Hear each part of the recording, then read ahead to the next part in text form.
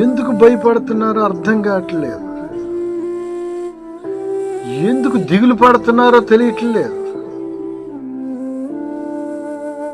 చాలా మంది అసహనంగా బాధలతో సేవ చెయ్యాలన్నా భయపడుతున్నారు, సేవ భారాన్ని భరించలేకపోతూ ఉన్నారు.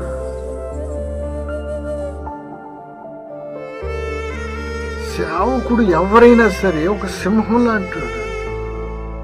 సేవకుడు ఎవరైనా, చిన్నోడైనా పెద్దోడైనా, 1000 మంది ఉన్నోడైనా, 1,00,000 మంది సంఘం ఉన్నోడైనా సేవకుడు సింహం లాంటాడు. దేవుడు ఎన్నుకున్న సేవకుడు సింహం లాంటాడు. దేవుడు ఎన్నుకుంటే, దేవుడు ప్రణాళికలో మనం ఉంటే, దేవుడు ప్రణాళికలో గనక మనం ఉంటే, దేవుడు మనల్ని ఎన్నుకుని గనక ఉంటే మనం భయపడాల్సిన అవసరం లేదు. దావీదు ఎదురుగా గొల్యాతు ఉన్నాడు. గొల్యాతు అనుకున్నాడు, వీడిదేముంది, చిటికలో ఈయన్ని చంపేస్తాను దావీదుని. వీడెంత, ఇడు చిట్టెలికలా అంటాడు, నా ఆకారం ఏంటి, నా బలం ఏంటి, వాడిదేముంది అనుకుంటూ ఉన్నాడు. మనల్ని చూసుకోడు లోకం, వీడేం సేవకుడు. 10 మంది కూడా రారు, 20 మంది కూడా రారు, 50 మంది కూడా రారు. వీడు ఏం సేవకుడు, వీడు అసలు వేస్ట్ సేవకుడు అనుకుంటా ఉంటారు చాలా మంది. లోకం దృష్టిలో వేస్ట్ అవ్వచ్చు, కానీ దేవుడి దృష్టిలో నువ్వే ముందున్నావు, అది నీకు తెలీదు. 1,00,000 మంది ఉన్న సేవకుడిని దేవుడు ఆఖరి పెట్టి 10 మంది 20 మంది ఉన్న నిన్ను మొదట్లో పెడతాడు, అది నీకు తెలియదు. చిన్న మంద భయపడకుడి అని చిన్న సంఘాన్నే ముందు పెట్టొచ్చు. గొల్యాతు అనుకున్నాడు ఇన్ని చిటికలో చంపేద్దామని. కానీ దావీదు దేవుడు ఎన్నుకోబడిన మనిషి. దావీదుని దేవుడు ఎన్నుకున్నాడు, దేవుడు ఏర్పరచుకున్నాడు. దేవుడే ఎన్నుకుంటే ఇంక భయం ఏంటి? ఎన్నుకున్నది సర్వశక్తి గల దేవుడే అయితే మనకు భయం ఏంటి? లోకం వైపు చూడకూడదు. చిటికలో చంపేద్దాం అనుకున్న గొల్యాతుని అదే చిటికలో దావీదు చంపేశాడు. అదే చిటికలో దావీదు చంపేశాడు గొల్యాతుని. అంత ఆజానుబాహుడిని. ఎందుకంటే దేవుడు ప్రణాళికలో ఉన్నాడు. దేవుని వాగ్దానం దావీదు పట్ల ఉంది. దేవుని వాగ్దానం ఉన్న మనిషి ప్రవర్తన, దేవుని వాగ్దానం ఉన్న మనిషి బలం వేరే ఉంటుంది. ఈ లోకానికి అర్థం కాదు, అది ఈ లోకానికి తెలియదు. లోకం అంతా చిన్నోడు, పిచ్చోడు, పిచ్చి సేవకుడు. పట్టించుకోపోవచ్చు, నువ్వు వెళ్తుంటే ఎవరు నిన్ను పలకరించకపోవచ్చు, దేవుడు పలకరిస్తాడు.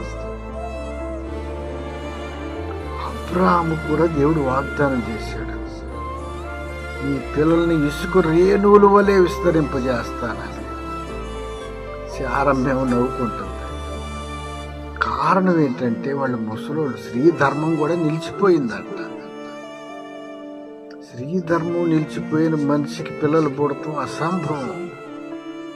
కానీ దేవునికి సమస్తము సాధ్యం. మనిషికి అసంభవమే, కానీ దేవుడికి సమస్తం సాధ్యం. దేవుడిచ్చిన వాగ్దానాన్ని నెరవేర్చకుండా ఉండడు. 2 రోజులు లేట్ అవ్వచ్చు. ఎదురు చూడు, బలంగా ప్రార్థన చేయి. నీ పట్ల దేవుడికి ప్రణాళిక వేరే ఉంటుంది. నవ్వుకోవద్దు, నిన్ను చూసి నువ్వు తక్కువ అంచనా వేసుకోవద్దు. ఇది జరగదు అనే అవిశ్వాసంతో బతకొద్దు. దేవుడికి నీ పట్ల ఒక ఎన్నిక ఉంది. దేవుడు ఎన్నుకున్నాడు నిన్ను, దేవుడు ఏర్పరచుకున్నాడు. దేవుడే ఏర్పాటు చేసుకుంటే, దేవుడే ఎన్నుకుంటే నిన్ను ఆపేవాడెవడు? అసలు నిన్ను ఆపేవాడెవడు? అక్కడ ఎన్నుకుంది దేవుడు, మనుషులు కాదు. మనుషులు ఎన్నుకున్న సేవకులు కొంతమంది ఉంటారు. వాళ్ళు ఈ మనుషుల మెప్పును పొందుతారు. మనం దేవుని మెప్పును పొందాలి. దేవుడు మెచ్చుకునే విధంగా మన పరిచర్య ఉండాలి. దేవుడు మెచ్చుకునే విధంగా మన ప్రవర్తన ఉండాలా, మన జీవితం ఉండాలి. ధనవంతుడు లాజరు అనుకున్నారు. ధనవంతుడు అనుకున్నాడు లాజరుని చూసి, ఛీ ఈడొక వేస్ట్ పనికిరానోడు. కానీ పరలోకంలో ఎవరున్నారు తెలుసా? పరలోకంలో పేద లాజరేమో గొప్పవాడిగా ఉన్నాడు. వీడిక్కడ లోకంలో గొప్పవాడిగా విర్రవీగుతున్నాడేమో అగ్నిగుండంలో పడ్డాడు. మనకు దేవుని ఇచ్చిన వాగ్దానం బలంగా ఉంది, కానీ మనకు చుట్టూ కనిపిస్తున్న పరిస్థితులు ఏమో ప్రతికూలంగా ఉన్నాయి. చాలా మందికి ఇదే పరిస్థితి. దేవుడేమో వాగ్దానం, బలమైన వాగ్దానం ఇచ్చాడు. మనకు చుట్టూ కనపడుతున్న పరిస్థితులేమో బలహీనపరిచే విధంగా ఉన్నాయి, మనల్ని బలహీనపరిచే విధంగా ఉన్నాయి, అనుకూలంగా లేవు, ప్రతికూలంగా ఉన్నాయి, ఇది జరగదు అన్నట్లుగా ఉన్నాయి. కానీ దేవుడు ఎన్నుకున్నాడు, దేవుడు వాగ్దానం ఇచ్చాడు, అది జరిపించి తీరుతాడు.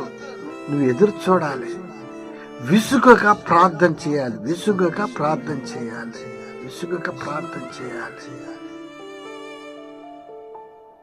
దేవా, నువ్విచ్చిన వాగ్దానం బలమైనది. నేను చూస్తున్న పరిస్థితులన్నీ నన్ను బలహీనపరిచే విధంగా ఉన్నాయి. నువ్విచ్చిన వాగ్దానం చాలా బలంగా ఉంది, కానీ నా పరిస్థితులు ప్రతికూలంగా ఉన్నాయి.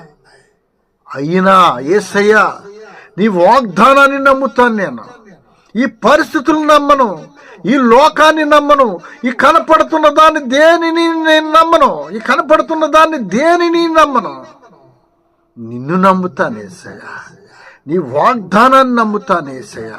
నీ వాగ్దానం నా పట్ల నెరవేర్చే వరకు నీ కోసం ఎదురు చూస్తాను యేసయ్యా. చాలు, నీ జీవితంలో అద్భుతం జరగబోతోంది, నీ జీవితంలో అద్భుతం జరిగిద్ది. ఈ నమ్మికతోనే నువ్వు కడదాకా ప్రార్థన చేయి. దేవుడు ఎన్నుకున్న మనిషిని వదిలిపెట్టడు, దేవుడు ఏర్పాటు చేసుకున్న మనిషిని వదిలిపెట్టడు, దేవుడు ఇచ్చిన వాగ్దానాన్ని నెరవేర్చకుండా వదిలిపెట్టడు. ఆమేన్.